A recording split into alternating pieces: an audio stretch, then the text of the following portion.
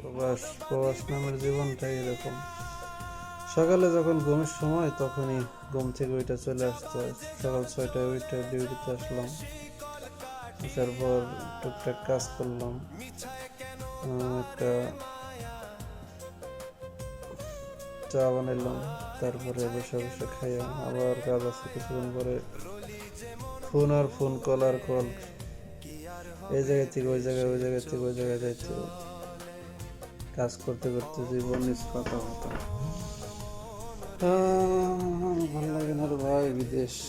দেশে থেকে মানুষ কত কিছু মনে করে যে মনে হয় টাকা বেশি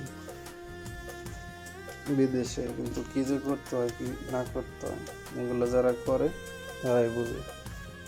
থ্যাংক ইউ ভাই, ধন্যবাদ।